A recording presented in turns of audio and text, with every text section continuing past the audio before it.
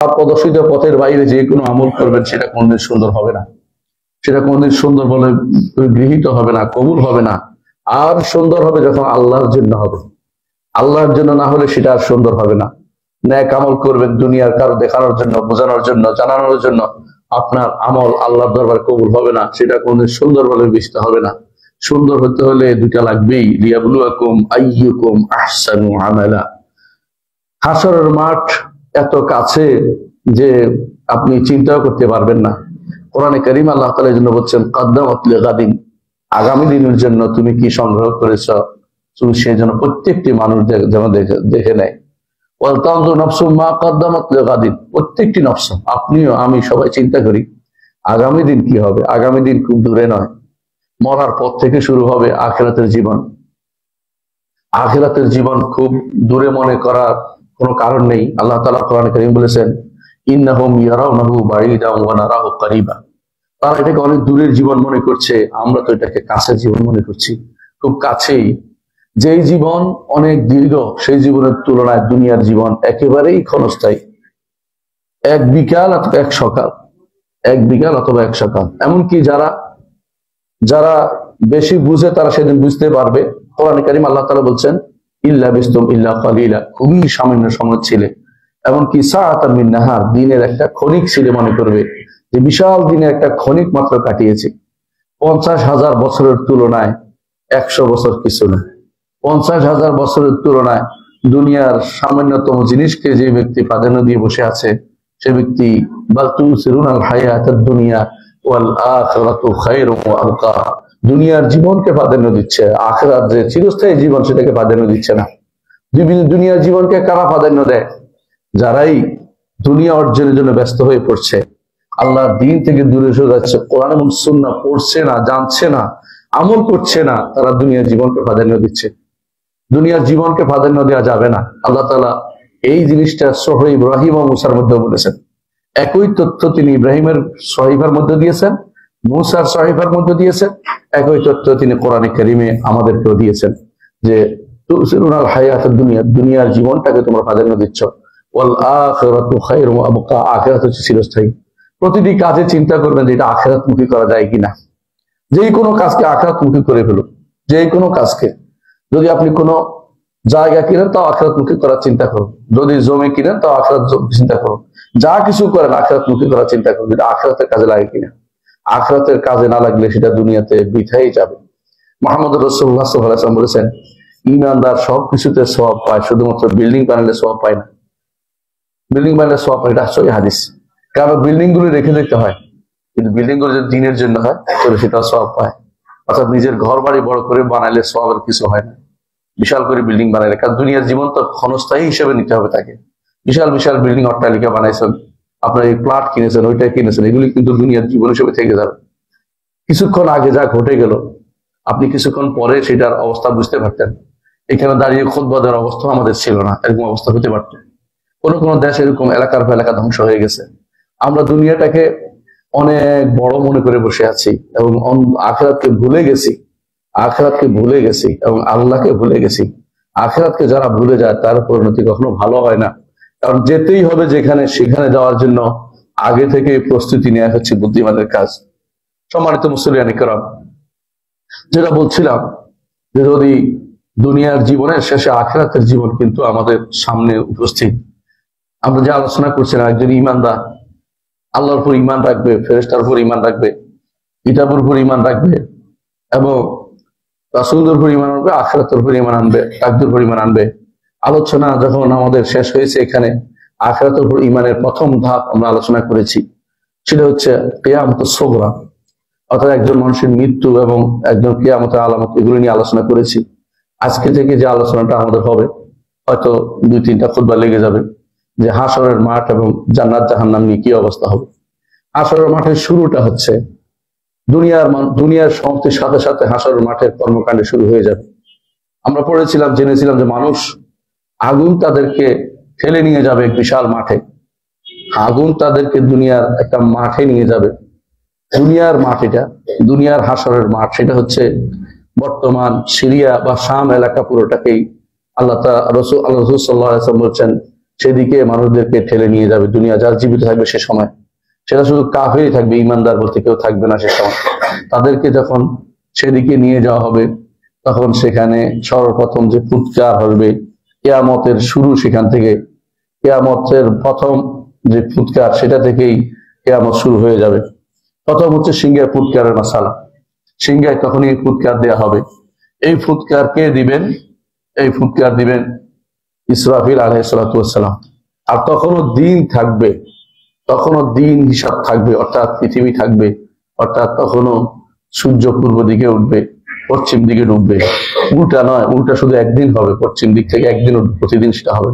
আবার সেটা পূর্ব দিক থেকে পশ্চিম দিকে ডুববে, অর্থাৎ পৃথিবীর হিসাব ঠিক থাকবে। সেই জন্য এই দিনটি যেদিন কিয়ামত অনুষ্ঠিত হবে তা হচ্ছে শুক্রবার। মুহাম্মদ রাসূলুল্লাহ সাল্লাল্লাহু আলাইহি ওয়াসাল্লাম আমাদেরকে তার হাদিস জানিয়েছেন যে শুক্রবার এমন একটি দিন, সেদিন কিয়ামত অনুষ্ঠিত হবে, অর্থাৎ যেদিন সিংহায় ফুৎকার দেওয়া হবে সেদিন থাকবে শুক্রবার। সেদিন কিছু মানুষ বাজারে, যারা যেহেতু দুনিয়া নিয়ে ব্যস্ত, দিনদার মানুষ থাকবে না, সবই মারা যাবে এর আগেই।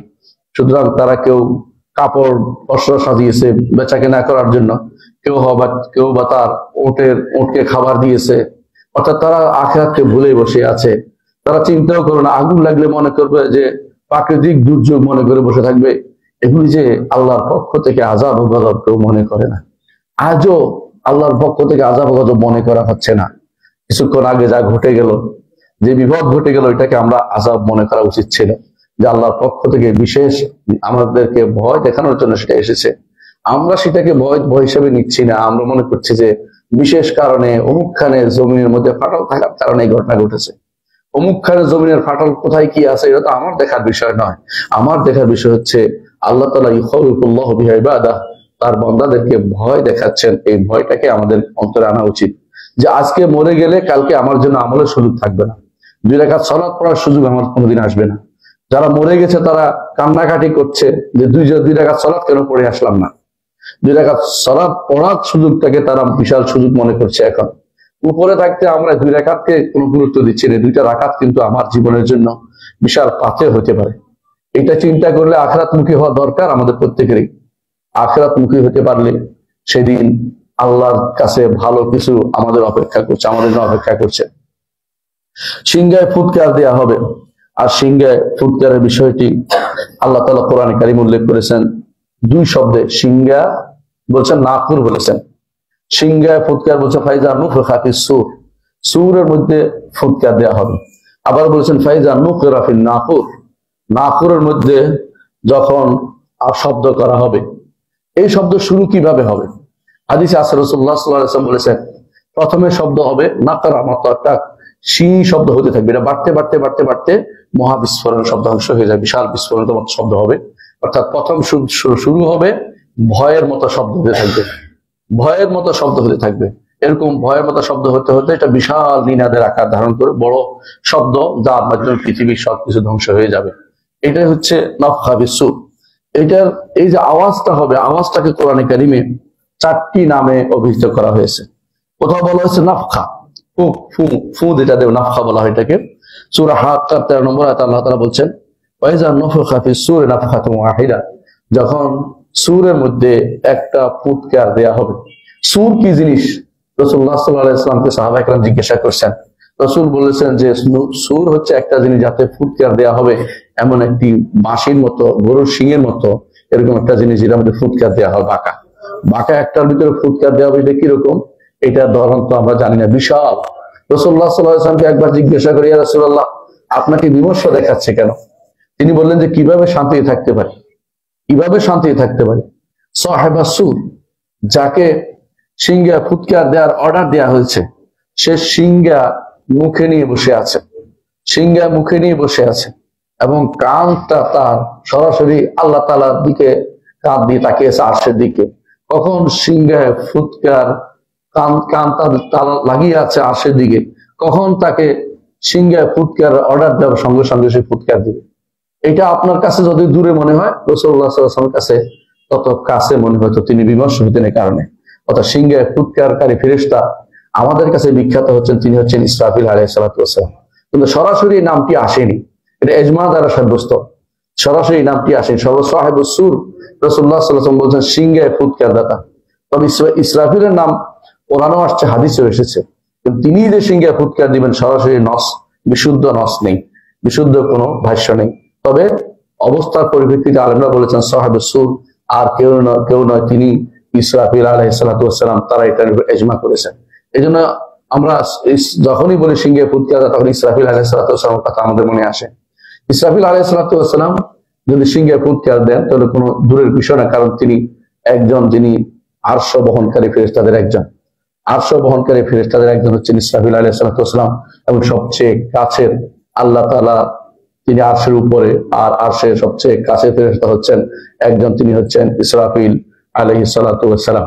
সেই হিসাবে তিনি হতে পারেন, আবার অন্য কেউ হতে পারে, কিন্তু ইজমা দ্বারা সাব্যস্ত হচ্ছে তিনি হচ্ছেন ইসরাফিল আলাইহিস সালাতু ওয়াস সালাম। তিনি কয়টি ফুৎকার দিবেন আমরা জানি। ফুৎকারের বিষয়টি আমাদের অনেকে 3টি ফুৎকার বলে বিশ্বাস করে থাকেন, কিন্তু বিশুদ্ধ হচ্ছে যে ফুৎকার হচ্ছে 2টি হবে। একটি হচ্ছে ধ্বংসের, আরেকটি হচ্ছে পুনর্নির্মাণের, পুনরুত্থানের। ধ্বংসের ফুৎকারটি শুরু হবে সরকারি, অর্থাৎ মানুষ ভয় ভীতিপ্রাপ্ত হবে, ভীত হতে হতে এক সময় তারা মারা পড়বে। এই জন্য দুইটাকে একসাথ করে বলতে হবে। যেটা ফাজা, এটা শক, নাফখাতুল ফাজা, ভীতির যে ফোঁক, সেটাই হচ্ছে মৃত্যুর ফোঁক। এই দুটাই শুরু হবে ভীতি দিয়ে, শেষ হবে মৃত্যু দিয়ে।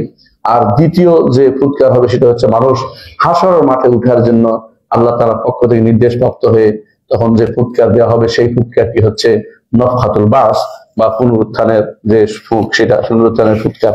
সুতরাং আমরা কোরআনে কারীম থেকে কিছু দলিল পেশ করব যে এগুলি, এই 2 রকমের ফুৎকার কোরআনে কারীমে এসেছে।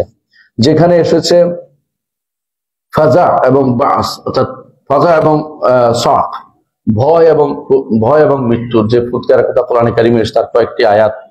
সূরা নামলের 87 নম্বর আয়াত আল্লাহ তাআলা বলছেন, ওয়ায়াউমা ইউনফাখু ফিস-সূর, যেদিন সিংহায় ফুৎকার দেয়া হবে, ফাফাজিআ মান ফিস সামাওয়াতি ওয়া মান ফিল আরদি, সেদিন আসমান এবং জমিনে যারা আছে তারা সব ভীত সন্ত্রস্ত হবে, ইল্লা মান শা আল্লাহ, আল্লাহ যাদেরকে চাইবেন তারা ব্যতীত, ওয়া কুল্লুন আতাউহু দাখিরিন, প্রত্যেকে আসবে আল্লাহর কাছে, তখন প্রত্যেকেই নিজে দিনহীন হয়ে আল্লাহর সামনে উপস্থিত হবে, অর্থাৎ আল্লাহর কাছে আসবে। এই ফুৎকারটা হচ্ছে ফাজা, ফাজা অর্থ ভয়। কোরআনে কারীমের ভীতি হচ্ছে একটা, শুরু করেন নাফখাতুল ফাজা দিয়ে আর শেষ করেন নাফখাতুল বাস দিয়ে, যেন এটা একই সূত্রে গঠিত, বুঝাতে হবে মানুষের কোনো কর্ম সেখানে নেই, আর মানুষের কাজ শেষ। এটা কি, আল্লাহ তাআলা যখন সিংহায় ফুৎকার দিবেন, প্রথম এই সিংহায় ফুৎকার দেওয়ার অর্ডার দিবেন, সেই ফুৎকার থেকে শুরু করে দ্বিতীয় ফুৎকার পর্যন্ত এই পুরোটাকে আল্লাহ তাআলা বেশিরভাগ সময় একই আয়াতের প্রথমে এবং শেষে উল্লেখ করে থাকেন। এখানেও সেই শুরুতে যে সিংহায় ফুৎকার দেওয়া বলা হয়েছে, সেটা হচ্ছে ভীতির ফুৎকার। যে সিংহায় ফুৎকার দিলে মানুষের ভিতরে ভয় আসবে, আর ধীরে ধীরে এই ভয় তার মৃত্যুর কারণ হবে, ধীরে ধীরে সব মারা যাবে, সমস্ত পৃথিবীর কেউ আর অবশিষ্ট থাকবে না। এটা হচ্ছে প্রথম ফুৎকার। এরপর আল্লাহ তাআলা বলছেন আরেকটা আয়াতে, সূরা জুমার 6 নম্বর 68 নম্বর আয়াতে আল্লাহ তাআলা বলছেন, ওয়ানুফিখা ফিস-সূর, আর সিংহায় ফুৎকার দেওয়া হবে, ফাসাইকা মান ফিস সামাওয়াতি ওয়া মান ফিল আরদি ইল্লা মান শা আল্লাহ, আসমান এবং জমিনে যারা আছে তারা সব মারা পড়বে, আল্লাহ যাদেরকে চাইবেন তারা ব্যতীত। ওয়ানুফিখা ফিহি উখরা, আর দ্বিতীয়বার সেখানে ফুৎকার দেওয়া হবে, ওয়া ইযা হুম কিয়ামুন ইয়ানজুরুন, দ্বিতীয় ফুৎকারের পরে মানুষ আল্লাহর সামনে দাঁড়িয়ে থাকবে। অর্থাৎ প্রথমটা দিয়ে দ্বিতীয়টা পর্যন্ত একসাথে উল্লেখ করা হয়েছে।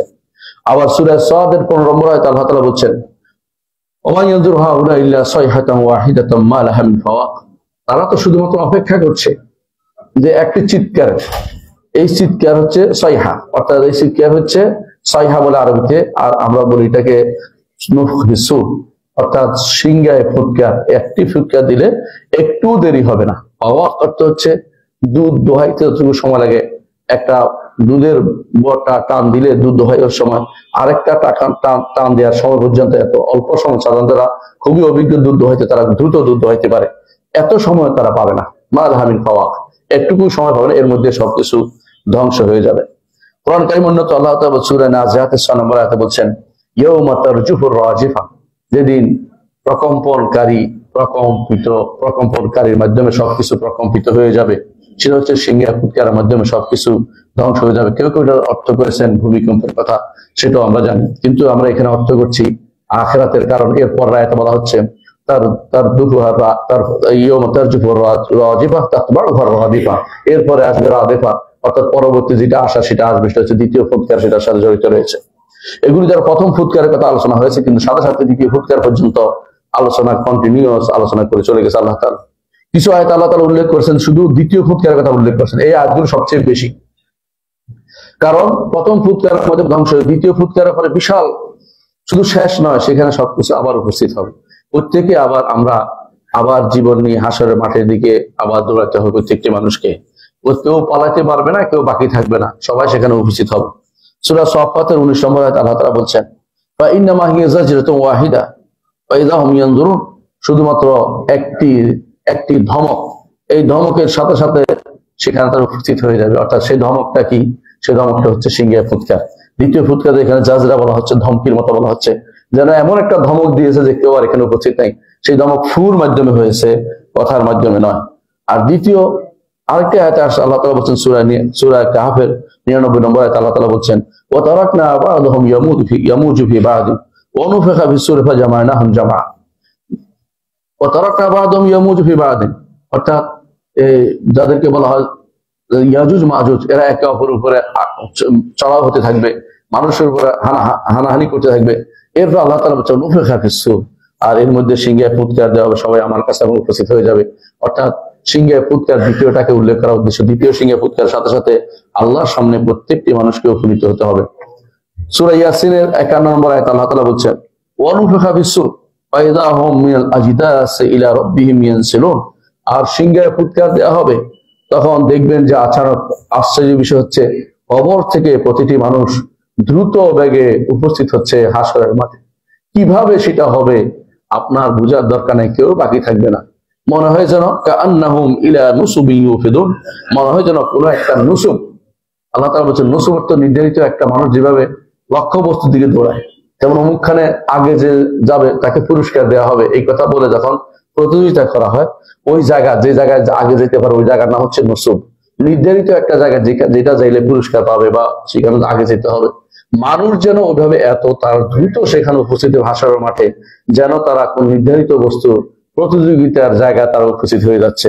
কাআন্নাহুম ইলা নুসুবিন ইউফিদুন, এখানে বলছে ইয়ানসিলুন, দ্রুত যাওয়া, দ্রুত সেখানে উপস্থিত হইতে হাসরের মাঠে। সূরা ইয়াসিনের 53 নম্বরে আল্লাহ তাআলা বলছেন ইনকাতিল্লা সাইহাতান ওয়াহিদা, একটি চিৎকার মতো হবে, চিৎকারের শব্দ হবে, ফাইযা হুম জামিউল লাদাইনা মুহদারুন, সবাই আমার কাছে সবাই উপস্থিত হতে হবে। কোরআন কারীমের সূরা নাবার মধ্যে আল্লাহ তাআলা বলছেন ইয়াউমা ইউনফাখু ফিস-সূরি ফাতাতুনা আফওয়াজা, যেদিন সিংহায় ফুৎকার দেওয়া হবে সেদিন তোমরা দলে দলে হাসরের মাঠে উপস্থিত হয়ে যাবে। দলে দলে মানে কি? দল হওয়ার দরকার নেই, প্রত্যেকে সেখানে উপস্থিত হয়ে যাবে, অর্থাৎ কেউ বাদ পড়বে না, প্রত্যেকেই সেখানে উপস্থিত হয়ে যাবে। ইয়াউমা ইউনফাখু ফিস-সূরি, আর সূরা তাহার 102 নম্বর আয়াতে আল্লাহ তাআলা বলছেন ইয়াউমা ইউনফাখু ফিস-সূর, যেদিন সিংহায় ফুৎকার দেওয়া হবে, ওয়া নাহশুরুল মুজরিমিনা ইয়াউমাইযিন যুরকা, আর হাসর করব আমরা অপরাধীদেরকে সেদিন যুরকা, নীলাভ হয়ে, অর্থাৎ তারা অপরাধীরা ভয়ে নীলাভ হয়ে হাসরের মাঠে উপস্থিত হবে, ভয়ে ভীত হয়ে সন্ত্রস্ত হয়ে সেদিন হাসরের মাঠে তারা হাজির হবে। সূরা মুমিনুন 101 নম্বর আয়াতে আল্লাহ তাআলা বলছেন ফাইযা নুফিখা ফিস-সূরি ফালা আনসাবা বাইনাহুম ইয়াউমাইযিন ওয়ালা ইয়াতাসাআলুন, সিংহায় যখন ফুৎকার দেওয়া হবে কোনো বংশ পরিচয় সেখানে আর থাকবে না, কোনো বংশ পরিচয় সেখানে থাকবে না। ইয়াউমাইযিন ওয়ালা ইয়াতাসাআলুন, একে অপরকে কোনো প্রশ্ন করবে না। আল্লাহ তাআলা কোরআনে কারীমে অন্য আয়াতে বলেছেন ফালা তাসমাউ ইল্লা হামসা, শুধুমাত্র ক্ষীণ কোনো শব্দ তার মন থেকে বের হবে ভয়ে, কিন্তু কেউ কোনো কথা বলার সামর্থ্য থাকবে না। এত ভয়ে তারা সেখানে হাসরের মাঠে উপস্থিত হতে হবে, প্রত্যেকটি মানুষকে সেভাবে হাসরের মাঠে উপস্থিত হতে হবে। সূরা কফের 20 নম্বর আয়াতে আল্লাহ তাআলা বলছেন ওয়া নুফিখা ফিস-সূর, আর সিংহের ফুৎকার দেওয়া হবে, যালিকা ইয়াউমুল ওয়াঈদ, এ হচ্ছে প্রতীক্ষিত দিনটি। এই যেদিন সিংহে ফুৎকার হবে সেদিনের প্রতীক্ষা, ওয়াদা দেওয়া হয়েছে তাদেরকে, ওয়াদা দেওয়ার সেই দিনে তারা সেখানে উপস্থিত হয়ে যাবে। সূরা কাফের 42 নম্বর আয়াতে আল্লাহ তাআলা বলছেন ইয়াউমা ইয়াসমাউনা সাইহাতা বিল হক যালিকা ইয়াউমুল খুরুজ, যেদিন তারা শুনতে পাবে, ইয়াউমা ইয়াসমাউনা সাইহাতা, চিৎকার শুনতে পাবে। চিৎকার মানে সেটা হচ্ছে সিংহে ফুৎকার দ্বিতীয়টি, যথাযথভাবে সেটা সংগঠিত হবে। সেদিন মানুষ বেরিয়ে হাসরের মাঠে আল্লাহর সামনে উপস্থিত হবে। সূরা হাক্কার 13 নম্বরে আল্লাহ তাআলা বলছেন, ফাইজা নুফিখা ফিস সূরি নাফখাতুন ওয়াহিদা, যখন সিংহায় ফুৎকার দেওয়া হবে একটি ফুৎকার, তখন কি অবস্থা হবে সেটা সবাই হাসরের মাঠে উপস্থিত হবে। সেই সময় হাসরের মাঠ সবাইকে উপস্থিত হবে, অর্থাৎ সিংহার মাধ্যমে যে ফুৎকার দেওয়া হবে সেই ফুৎকারে আমরা সবাই আল্লাহর সামনে উপনীত হব। এমন এক মাঠ, যে মাঠের বর্ণনা আমি সামনে দিব, আগামী খুতবায় দিব ইনশাআল্লাহ। কিন্তু সেখানে উপস্থিত হব, কেউ বাদ পড়বে না, কোনো মানুষ বাদ পড়বে না, কেউ বাদ যাবে না, সবাইকে সেখানে উপস্থিত করা হবে। কোন কোন আয়াতে আল্লাহ তাআলা উল্লেখ করেছেন যে সূরা সাবার 51 থেকে 54 নম্বর আয়াতে, যে এরা তো অপেক্ষা বলে তারা, যদি আপনি দেখতেন এই দৃশ্য, রাসূলুল্লাহ সাল্লাল্লাহু আলাইহি ওয়াসাল্লামকে আল্লাহ তাআলা উদ্দেশ্য করে বলছেন, যখন ভীত সন্ত্রস্ত হবে, শুরু হবে ভীতি দিয়া দুনিয়ার, তারপরে ফালাফাউত, কেউ পালাতে পারবে না, ওয়া উখিযু মিন মাকানিন করিব, তাদেরকে সেখান থেকে পাকড়াও করে নিয়ে আসা হবে। তারা তখন বলবে ঈমান আল্লাহ, ঈমান আল্লাহ, কিন্তু আন্না লাহুমুত তানাউশু মিন মাকানিন বাঈদ, এত দূর থেকে ঈমান তো আর গ্রহণ করা হবে না। ওয়াকাদ কাফারু মিন ক্বাবল, আগে তো কুফরি করেছে। ওয়া ইয়াকযিফুনা বিল গায়বি মিন মাকানিন বাঈদ, তারা মিথ্যা কথা বলতো, এবং তাদের মধ্যে, এবং তারা যা ইচ্ছা করেছে জান্নাত পেয়ে যাবে, তার মধ্যে বাধা হয়ে যাবে, আগেও তারা সন্দেহের মধ্যে ছিল। এটা সূরা সাবার মধ্যে আল্লাহ তাআলা উল্লেখ করেছেন। আবার আল্লাহ তাআলা বলছেন, এটাকে আরেক নাম দিয়েছেন নুকুর, যে কেউ চায় না এরকম অবস্থা, সেটা হচ্ছে ধ্বংস এবং আবার পুনরুত্থান। ইয়াউমা ইয়াদুর দাঈ ইলা শাইইন নুকুর, যেদিন দাঈ আহ্বানকারী হচ্ছে ইসরাফিল, অথবা যে ফেরেশতাতে সিংহে ফুৎকার দিবে তিনি, যেদিন ডাকবে তাদেরকে, যে ওই যেটা তোমরা পছন্দ করছো না, কারণ তারা জীবিত যারা থাকবে তারা সবই হবে কাফের, এই জন্য তারা পছন্দ যেটা করবে না সেটাই তাদেরকে আহ্বান জানানো হবে। সেদিন ধ্বংস হবে, আবার সেটা হতে পারে যে সে হাসরের মাঠে উপস্থিত হওয়ার জন্য বলা হয়েছে। সূরা আনআমের 73 নম্বর আয়াতে আল্লাহ তাআলা বলছেন, লাহুল মুলকু, রাজত্ব একমাত্র আল্লাহ, ইয়াউমা ইউনফাখু ফিস-সূর, যেদিন সিংহায় ফুৎকার দেওয়া হবে, আলিমুল গায়ব ওয়াশ শাহাদাতু হুয়াল হাকীমুল খাবীর, তিনি গায়েবও জানেন, উপস্থিত তাদের কি আছে, উপস্থিত অনুপস্থিত সবই তার কাছে সমান। ওয়া হুয়াল হাকীমুল খাবীর, তিনি হাকিম, তিনি হুকুমদাতা, এবং খাবীর, সবকিছুর খবর তিনি রাখেন। কিয়ামতের মাঠে উপস্থিত হতে হবে। এতক্ষণ ছিল ধ্বংসের কথা, প্রথম ধ্বংসের কথা কোরআনে যতই কম বর্ণনা হয়েছে, কিয়ামতের মাঠের কথা ভয়াবহ রূপ কোরআন তুলে ধরেছে। আল্লাহ তাআলা কোরআনে কারীম বলেছেন, ইন্না যালজালাতাস সাআতি শাইউন আযীম, কিয়ামতের ভয়াবহতা, কিয়ামতের যে কম্পন, এটা বিশাল বিশাল বিশাল বিষয়। ইয়াউমা তারাউনাহা তাযহালু কুল্লু মুরদিআতিন আম্মা আরদাআত, যেদিন সেই সিংহে ফুৎকার দেখতে পাবে, সেই সিংহ যেদিন তারা হাসরের মাঠে উপস্থিত হওয়ার অবস্থা বুঝতে পারবে, এবং হাসরের মাঠে সেদিন ভীত সন্ত্রস্ত হতে থাকবে। তারাউনাহা ইয়াউমা তাযহালু কুল্লু উম্মাতিন কুল্লু, সেদিন প্রত্যেকটি কুল্লু মুরদিআতিন আম্মা আরদাআত, প্রত্যেকটি দুধ পানকারী নারী যাকে দুধ পান করিয়েছে তাকে ভুলে যাবে। অর্থাৎ যে মা সাধারণত সন্তানকে কখনো আগ্রহ নিক্ষেপ করতে চায় না, সন্তানকে নিয়ে তার সব চিন্তা চেতনা, সেদিন সেটা সবকিছু ভুলে যাবে। সবাই তখন ডাকতে ইয়া নফসি বলতে থাকবে, আমার কি হবে, আমার কি হবে, সেই চিন্তায় প্রত্যেকে বিভোর থাকবে। সেই দিনটি হচ্ছে কিয়ামতের দিন, সেই দিনটি হচ্ছে কিয়ামত। এর কয়েকটি নাম আছে, আমি নামগুলো উল্লেখ করবো। কিয়ামতের প্রত্যেকটা নামের সাথে, বেশি নাম ওর অর্থ হচ্ছে এই নয় যে এইটা এমনিতে নাম দিয়েছে, প্রত্যেকটা নামের সাথে কিয়ামতের মাঠের অবস্থার বর্ণনা রয়েছে, প্রত্যেকটা নামের সাথে কিয়ামতের মাঠের অবস্থার বর্ণনা রয়েছে। প্রথম নামটি যেটা আমরা এতক্ষণ বলে আসছি, কিয়ামা। কিয়ামা শব্দের অর্থ হলো দাঁড়ানোর দিন। ইয়াউমা ইয়াকুমুন নাসু লিরাব্বিল আলামিন, যেদিন মানুষ দাঁড়াবে সেদিন রব্বুল আলামিনের জন্য। দাঁড়িয়েই থাকতে হবে, বসার সুযোগ নেই, দাঁড়িয়ে থাকতে হবে। একদিন দুদিন না, 50,000 বছর সেদিন দাঁড়িয়ে থাকতে হবে। সেই সূর্যের সামনে, যেই সূর্য আপনার মাথার উপরে থাকবে, অনেক দূরে নয়, 1 মাইল উপরে থাকবে, অথবা মাইলের উপরে থাকবে, আরো কাছাকাছি থাকবে। সূর্য এত কাছে থাকার কারণে শরীর পুড়ে যাবে না, সে ব্যবস্থা আল্লাহ করবেন, কিন্তু ঘামতে থাকবেন। হাসরের মাঠ তখন ঘামে ভিজে যাবে, এবং সেটা ডুবো ডুবো অবস্থা হবে। সেই কিয়ামতের মাঠ, এটাকে প্রথম কিয়ামা বলা হয়েছে। আল্লাহর সামনে আপনাকে দাঁড়াতে হবে। সূরা নিসার 87 নম্বর আয়াতে আল্লাহ তাআলা বলছেন, আল্লাহু লা ইলাহা ইল্লাহু, আল্লাহ তিনি ব্যতীত সত্য কোনো ইলাহ নেই, তিনি একমাত্র সত্য ইলাহ। লা ইয়াজমাআন্নাকুম ইলা ইয়াউমিল কিয়ামাতি লা রাইবা ফীহ, অবশ্যই তিনি অবশ্যই তোমাদেরকে একত্রিত করবেন কিয়ামতের দিনে, যে দিনের ব্যাপারে কোনো সন্দেহ নেই। 1 নম্বর নাম হচ্ছে ইয়াউমুল কিয়ামা। দ্বিতীয় নাম হচ্ছে ইয়াউমুল আখির। আল ইয়াউমুল আখির, আমরা কোরআনে কারীম বিভিন্ন জায়গায় দেখি যে ইয়াউমুল আখির কথা বলে, আখিরাতুম ইউখিরুন বলেছে, আবার ইয়াউমুল আখির কথা বলা হয়েছে। যে উমাইয়াকুর বিল্লাহ ওয়াল ইয়াউমিল আখির, যে ব্যক্তি আল্লাহর উপর কুফরি করবে ইয়াউমুল আখির এবং শেষ দিন কেন বলা হয়েছে? এরপরে আর কোনো দিন নেই। এরপরে দিন নেই কেন? কারণ হচ্ছে সূর্য পেঁচিয়ে জাহান্নামে ফেলা হবে, শাস্তি দেওয়ার জন্য আলাদা কোনো আলোর দরকার হবে না। আমার রবের আলোতে, ওয়া আশরাকাতিল আরদু বিনূরি রাব্বিহা, আমার রবের চেহারার আলোতে সবকিছু আলোকিত হয়ে যাবে। আপনি হয়তো চিন্তা করতে পারছেন না সেই আলো কিরকম, সেটা আমার চিন্তারও বিষয় না, এবং সেটা কোনোদিন ধারণা করে নিতে পারবো না। ঈমান আনতে হবে। জান্নাতের আলো সূর্যের আলো নয়, জান্নাতের আলো হবে আমার রবের চেহারার আলো। সে আলো দিয়ে জান্নাতীরা আলোকিত হবে। জান্নাতের কোনো এমন অন্ধকারের কোনো কিছু নেই, জান্নাতে সেরকম থাকবে। আর জাহান্নাম আলো অন্ধকার থাকবে, যেখানে রবের আলো পড়বে না সেখানে অন্ধকারে থাকবে, সূর্যের আলো থেকে থাকবে না। সেজন্য সেটা হচ্ছে শেষ দিন, যেই দিনের পরে আর কোনো দিন নেই, সেই দিন হচ্ছে ইয়াউমুল আখির। অথবা ইয়াউমুল আখির বলা হচ্ছে দুনিয়ার জীবনের অপোজিটে, ওইটার প্রথম দিন আর একটা হলো শেষ দিন, একদিন দুই দিন হিসেবে ধরা হচ্ছে, দুইটাই শুদ্ধ। কোরআনে কারিমে অন্যত্র সেটা বলছে আদ-দারুল আখিরা, একই নাম দুই রকম আসছে। আদ-দারুল আখিরা অর্থাৎ দ্বিতীয় ভূমি, দ্বিতীয় বাড়ি, দ্বিতীয় বাড়ি, দুনিয়ার জীবনের বাড়ি আর হলো আখিরাতের বাড়ি। আল্লাহ তাআলা বলেন তিলকা দারুল আখিরা নাজআলুহা লিল্লাযিনা লা ইউরিদুনা উলুওয়ান ফিল আরদি ওয়ালা ফাসাদা ওয়াল আকিবাতু লিল মুত্তাকিন। আখিরাতের বাড়ি আল্লাহ কাকে দিবেন? আখিরাতের বাড়ি জান্নাত। এই জান্নাতটা আল্লাহ দিবেন আল্লাযিনা লা ইউরিদুনা উলুওয়ান ফিল আরদি ওয়ালা ফাসাদা, দুনিয়ার বুকে বড় হতে চায় না, দুনিয়ার বুকে অহংকার করতে চায় না। বড় হওয়া মানে হচ্ছে নিজেকে বড় করে প্রতিষ্ঠিত করে তোলা। আল্লাহর দ্বীনের জন্য আপনি যত বেশি নিবেদিত হবেন, আল্লাহ আপনাকে বড় করবেন। আপনি চাইলেও আপনি বড় হতে পারবেন না। ইন্নাকা লান তাখরিকাল আরদা ওয়া লান তাবলুগাল জিবালা তুলা, আপনি পাহাড়ের মতো উঁচু হতে পারবেন না, জমিকে আপনি পায়ে দিয়ে দাবাই ফেলতে পারবেন না। কোনো মানুষ পারে নাই, কোনো মানুষ পারে নাই। যেই জমিনের উপর অহংকার করেছেন, সেই জমিনের উপরে আপনার বাড়িঘর, সে আপনার জায়গা হয়েছে। যেই পানি নিয়ে অহংকার করেছে ফেরাউন, সেই পানিতে ফেরাউন ডুবতে হয়েছে।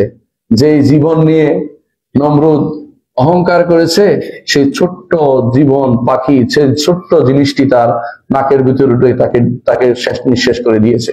আল্লাহ তাআলা দেখি দুনিয়ার বুকে যারা অহংকার করে, দুনিয়ার বুকে যারা অহংকার করে থাকে, তাদেরকে তিনি কঠিন শাস্তি দিয়ে থাকেন। আখিরাতে তার জন্য কিছু থাকে না। উলুওয়ান ফিল আরদি ওয়ালা ফাসাদা, দুইটা জিনিস একসাথে একটার সাথে জড়িত। যারাই অহংকারী হয় তারাই ফাসাদ সৃষ্টি করে। দুনিয়ার বুকে আল্লাহ আপনাকে বহু নিয়ামত দিয়েছেন, যত বেশি বিনয়ী হবেন আল্লাহ আপনাকে বাড়িয়ে দিবেন, এবং আপনার জন্য আখিরাতের নিয়ামতও থাকবে। আর দুনিয়ার বুকে আপনি শুধু শুধু বড় হতে চাইবেন, আপনি বিভিন্ন রকমের মিছিল মিটিং করে মানুষের কষ্ট দিবেন, দুনিয়ার বুকে বিভিন্ন রকমের অপকর্ম করে বেড়াবেন, বিভিন্ন মানুষকে বিভিন্ন ভাবে প্রতারিত করবেন, বিভিন্ন বড় হওয়ার চিন্তা আপনার মাথার ভিতরে সবসময় যে ব্যক্তি নিয়ে ঘুরছে, আখিরাতের জীবনটাকে নষ্ট করে দিচ্ছে। আল্লাহ তাআলা কোরআনে কারিমে এটাই বলেছেন তিলকা দারুল আখিরা নাজআলুহা লিল্লাযিনা লা ইউরিদুনা উলুওয়ান ফিল আরদি ওয়ালা ফাসাদা, দুনিয়ার বুকে যারা ফাসাদ চায়, বড় হতে চায়, বেশি অহংকার করতে চায়, তাদেরকে আল্লাহ তাআলা আখিরাতের বাড়ি দিবেন না। আখিরাতের বাড়ি শুধু তাদেরকে দিবেন যারা দুনিয়ার বুকে আল্লাহর জন্য সব সময় এমন ভাবে চলতো, ইয়ামশুনা ফিল আরদি হাওনা, যারা চলতো নিজেকে বিনয়ী ভাবে চলতো, সব সময় আল্লাহ তাআলার খেয়াল করতো যে আমার চলা ফেরা, উঠা বসা সবকিছু আমার রব্বুল আলামিন দেখছেন, তার দেখার বাইরে আমি কোথাও যেতে পারবো না। যে ব্যক্তি এটা নিয়ে চিন্তা করে, আল্লাহ তাআলা তার জন্য জান্নাতের ব্যবস্থাপনা করবেন, আখিরাতের বাড়ি তাকে দিবেন। কোরআনে কারিমে এটাকে আখিরাত বলা হয়েছে। কবিল আখিরাত ইউখানুন, তিন নামের যে কোনো একটি নাম মূলে হচ্ছে ইয়াউমুল আখির। তৃতীয় নামটি হচ্ছে সা। কোরআনে কারিমে আল্লাহ তাআলা বলছেন সা ইয়াসআলুকা নাস আনিস সা, মানুষ আপনাকে সা সম্পর্কে জিজ্ঞেস। সা শব্দের অর্থ হলো ক্ষণিক, হঠাৎ করে ঘটে যাবে, হঠাৎ করে ঘটে যাবে, চিন্তাও করতে পারছেন না এরকম ঘটনা ঘটে যাবে। কিভাবে ঘটবে এটাকে বলা সা এই অর্থে। অথবা সেটা সেদিন মনে হবে দুনিয়ার বুকে আমি মাত্র সামান্য কিছু সময় ছিলাম, সেদিন সে সময়ের উপলব্ধি তার মধ্যে আসবে, সেই দিন আসা কোরআনে কারিমে নামকরণ করা হয়েছে। কোরআনে কারিমে এই দিনে আরেক নাম দেওয়া হয়েছে ইয়াউমুল বাস, পুনরুত্থানের দিন। আল্লাহ তাআলা বলেন লাকাদ লাবিসতুম ফি কিতাবিল্লাহি ইলা ইয়াউমিল বাস, যারা সত্যিকারের ঈমানদার তারা বলবে দুনিয়ার বুকে তোমরা ইয়াউমুল বাস, পুনরুত্থানের দিবস পর্যন্ত তোমরা ছিলে। অর্থাৎ মরে গেছিলে দুনিয়াতে, আবার মরার পরেও কবরেই ছিল, সেটাও দুনিয়া, তারপর সেটাও দুনিয়ার জীবন। সেখান থেকে আখিরাতে যখন পুনরুত্থানের জীবন উঠছ, এখন তোমাদেরকে আর ছাড় দেওয়া হবে না। যে শাস্তির অপেক্ষা করছে, শাস্তি তোমাদের মুখোমুখি হতেই হবে। আর একটি পঞ্চম নাম হচ্ছে ইয়াউমুল খুরুজ, যেদিন মানুষ বের হবে। কোরআনে কারিমে আল্লাহ তাআলা বলছেন ইয়াউমা ইয়াসমাউনা সাইহাতা বিল হক, যালিকা ইয়াউমুল খুরুজ, যেদিন সয়হা চিৎকার শুনবে বিল হক, যথাযথ চিৎকার আসবে। যালিকা ইয়াউমুল খুরুজ, সেদিন হচ্ছে বের হওয়ার দিন। এই চিৎকার হচ্ছে দ্বিতীয় ফুৎকার। দ্বিতীয় ফুৎকারে প্রত্যেকটি মানুষকে হাসার মাঠে বেরিয়ে যেতে হবে। কোথাও আটকানোর কিছু নাই, আটকাতেও পারবে না, কেউ আটকাবেও না। এমন ভাবে একত্রিত হবে যেন, এমন ভাবে সেখানে বেরিয়ে যাবে যেন তারা কোনো একটি লক্ষ্য উদ্দেশ্যের দিকে ছুটে চলেছে। ষষ্ঠ নাম হচ্ছে আল কারিয়া। আল্লাহ তাআলা বলছেন আল কারিয়া ওমা আদরাকা মাল কারিয়া। কারিয়া হচ্ছে আমরা বলি ঠক ঠক করে শব্দ করে, যেটা নিনাদ যেটাকে বলে, এটার নাম হচ্ছে শব্দ, মহাশব্দ। এই মহাশব্দর নামকরণ করা হয়েছে কারণ এই বিশাল শব্দ এত বড় বিস্ফোরণ হবে যে চিন্তা করতে পারবেন না। আজকে সেই বিস্ফোরণ আপনারা লক্ষ্য করেছেন, প্রথমে একটা বিস্ফোরণের শব্দের মতো পায়ের নিচ থেকে আসলো, পরে হয়ে গেল সেটা বিশাল আকারে। আমাদের আজকে আমরা উপলব্ধি করতে পারলাম কি অবস্থা আমাদের উপর দিয়ে গেছে। এটা তো স্বাভাবিক কিছুই না, এটা শুধুমাত্র একটা ভয় দেখানো হয়েছে আমাদেরকে। ইউখাউফুল্লাহু বিইবাদা, আল্লাহ তাআলা এর মাধ্যমে তার বান্দাদেরকে ভয় দেখান। যে প্রথম যে শব্দটা হয়েছে এতেই কাঁপা আরম্ভ হয়েছে, অনেকের ভাত হওয়া, অনেকে কাঁপতে আরম্ভ করেছে যে এটা কি হলো। এরপরে আরো বড়টা শুরু হয়ে গেছে। যদি 5 মিনিট হইতো অথবা 2 মিনিট হইতো, 2 মিনিট হলে পৃথিবীর কি অবস্থা তো বুঝতে পারতেন। এখনই এই এলাকার কি অবস্থা, অনেকের বাড়িঘর ভেঙে গেছে, সেটা আপনারা বুঝতে পারছেন। সেটা হচ্ছে কারে আজব বলা হয়, যে মহানিনাদ বা মহাশব্দ। তারপর আল্লাহ তাআলা বলছেন ইয়াউমুল ফাসলি, সেদিন ফসল, ইয়াউমুল ফসল অর্থাৎ সেদিন ভাগ করে দেয়া, আলাদা করে দেওয়ার দিন। ইমানদারকে আলাদা করে দেওয়া হবে, কাফেরকে আলাদা করে দেওয়া হবে। যে ব্যক্তি আল্লাহর কথা শুনেছে তাকে আলাদা করে জান্নাতে দেওয়া হবে, যেদিন আল্লাহর কথা শুনে নাই তার জন্য জাহান্নামকে তার জন্য বাড়ি ঘর হিসেবে নির্ধারণ করে দেওয়া হবে। ইয়াউমুল ফসলি, সেদিন ইন্না ইয়াউমাল ফসলি কানা মিকাতুহুম আজমাইন, আল্লাহ তাআলা বলছেন যে সেদিন ওয়াদা প্রত্যেকের জন্য, সে ওয়াদা রয়েছে। একটু চিন্তা করুন তো, আপনি আমি প্রত্যেকে কিন্তু সেই অবস্থার সম্মুখীন হব। আসলে কি এমন কোনো পাথেয় আছে? পার হওয়ার মতো কিছু নাই, শুধু তওবা ইস্তেগফার ছাড়া। প্রত্যেকে এই জন্য বেশি বেশি তওবা ইস্তেগফার করবেন। যদি একটু ভালো কাজ করি, 10টা গুনার কাজ করে বসে আছি। একটা ভালো কাজ করলে 10টা ভুল করে বসে আছি। এই ভালোটা 10টার ভিতরে হারিয়ে যাওয়ার কথা। আল্লাহর রহমত যদি না হয়, এগুলো টিকিয়ে রাখা কঠিন। আর যদি সেখানে শিরিক থাকে, কুফর থাকে, নিফাক থাকে, বেদাত থাকে, তো আপনার জীবন কিন্তু শেষ হয়ে গেছে, আপনি কিছুই পাবার নাই। এই জন্য আল্লাহর কাছে যত বেশি পারেন তওবা ইস্তেগফার করতে থাকুন। অষ্টম যে নাম ইয়াউমুদ্দিন, আপনারা বলেন মালিক ইয়াউমুদ্দিন, আপনি বলতে থাকেন ইয়াউমুদ্দিনের মালিক তিনি, বিচার দিনের মালিক।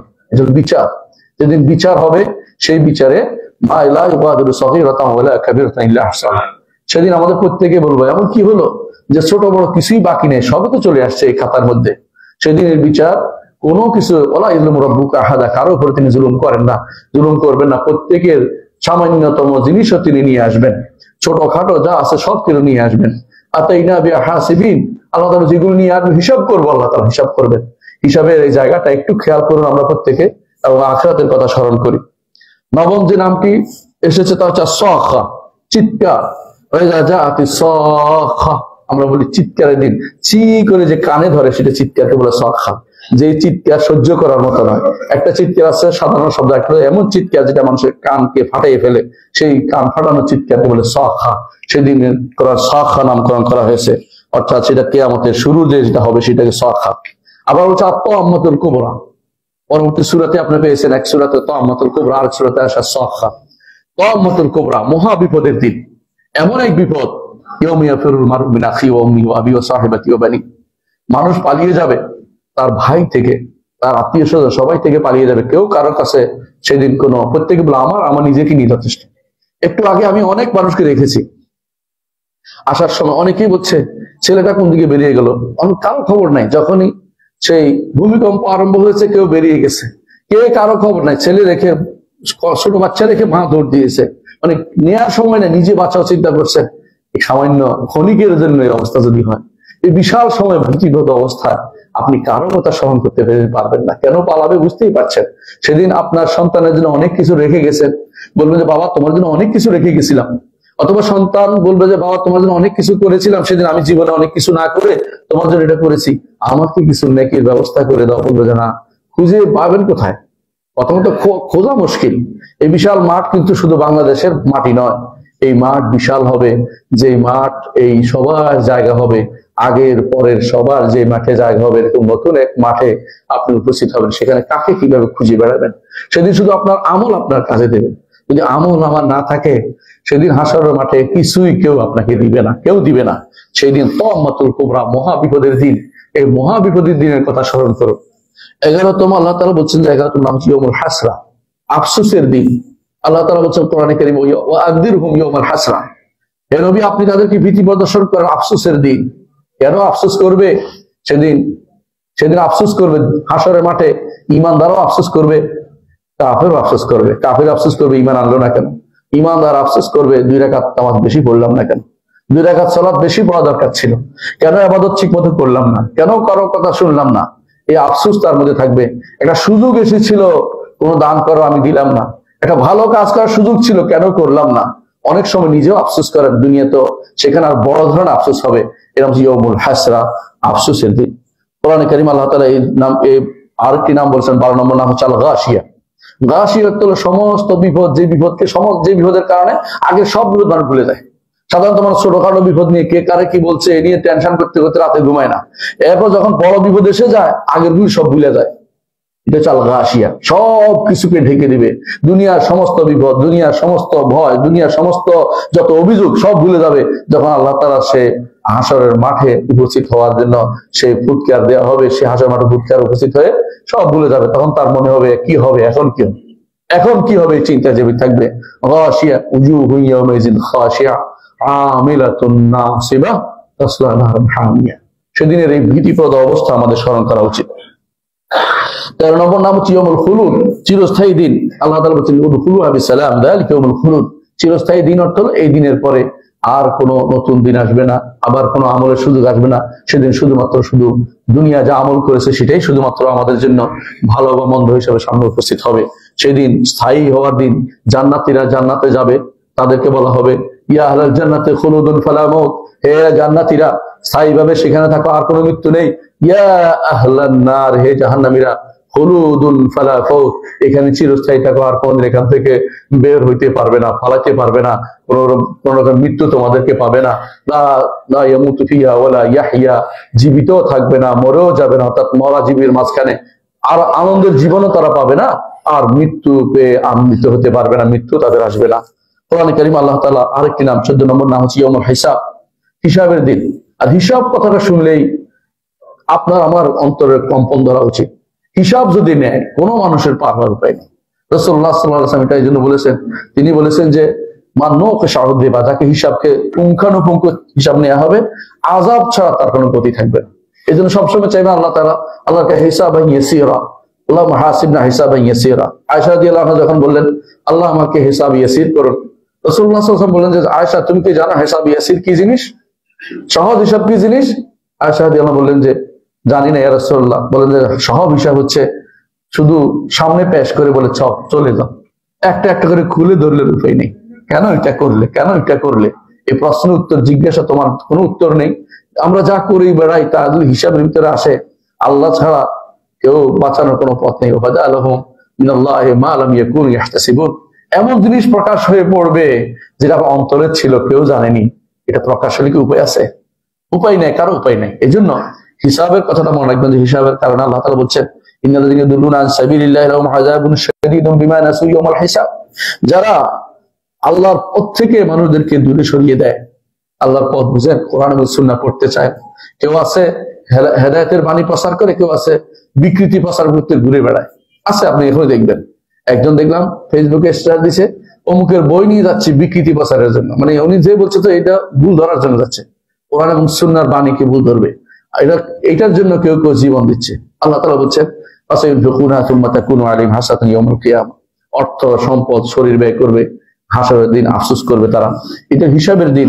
সেদিন আল্লাহ তাআলা যারা এই আল্লাহর পথ থেকে মানুষকে পথভ্রষ্ট করে এবং আযাবুন শাদীদুন বিমা নাসু ইয়াউমাল হিসাব, কঠিন শাস্তি তাদের জন্য রয়েছে, কারণ তারা হিসাবের দিনকে ভুলে গেছে। আর 15 নম্বর নাম হচ্ছে আল ওয়াকিয়া। আল্লাহ তাআলা বলছেন যা ওয়াকাতিল ওয়াকিয়া লাইসা লিওয়াকাতিহা কাযিবা খাফিদাতুর রাফিআ। ওয়াকিয়া সূরাটাই আপনারা জানেন, ওয়াকিয়া হলো ঘটনা যে ঘটবে, যেই ঘটনা মহা ঘটনা, বিশাল ঘটনা, এই ঘটনা যখন ঘটে যাবে, যা ঘটবে সেই ঘটার দিন যাতে কোনো সন্দেহ নেই, এজন্য ওয়াকিয়া বলা হয়েছে।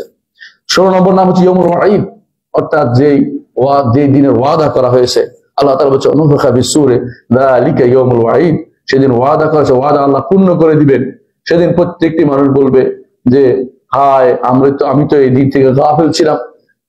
সেদিন বলবে আমি তো এই দিন থেকে গাফিল ছিলাম, কিন্তু গাফিল থেকে লাভ, সেদিন আফসোস করে কোনো কাজ হবে না। ওয়ালা ইউস্তাতাবুন, পার করে দেওয়ার সুযোগ থাকবে না, বরং তার শাস্তি অবধারিত হয়ে যাবে। 17 নম্বর নাম হচ্ছে ইয়মুল আজিফা, খুব নিকটবর্তী দিন।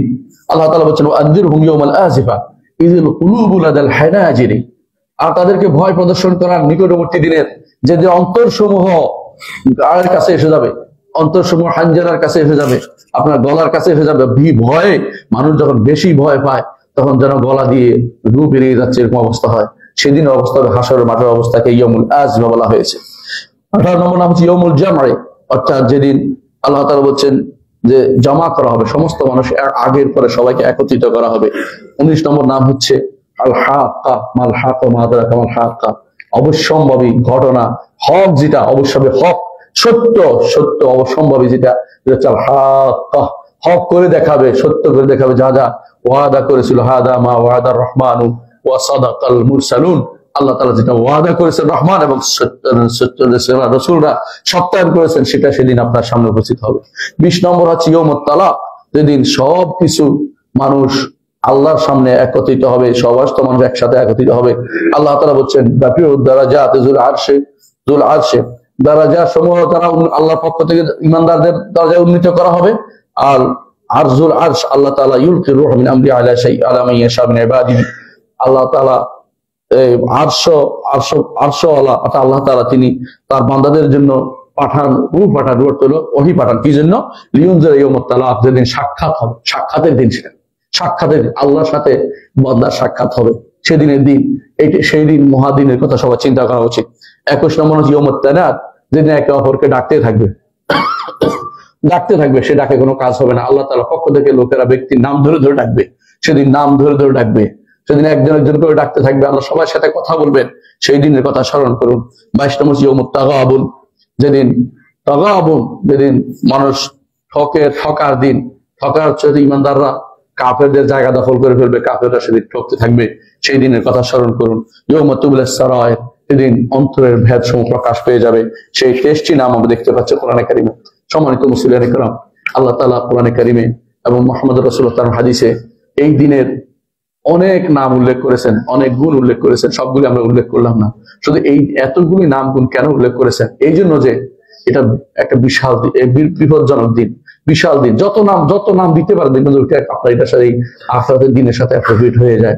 এই জন্য সেই দিনকে ভয় করে দুনিয়ার জীবনকে আমরা আল্লাহ ও তার রাসূলের নির্দেশনা মোতাবেক পরিচালনা করি, তাওহীদকে সমুন্নত রাখি, শিরককে ঠিক থেকে দূরে থাকি, বিদআত থেকে দূরে থাকি, সুন্নাহকে উপর রাখি। আল্লাহর কাছে সেই আহ্বান রাখছি, আল্লাহ যেন আমাদেরকে তৌফিক দেন, এই সময় ভালো কাজে সবসময় থাকি, আমরা যেন আখিরাতকে ভয় করে দুনিয়ার জীবনকে সুন্দর করতে পারি। আকুলু কওলি হাযা ওয়াস্তাগফিরুল্লাহ লি ওয়া লাকুম ওয়া লিসাইরিল মুসলিমিন ফাস্তাগফিরু ইন্নাহু হুয়াল গফুরুর রাহিম।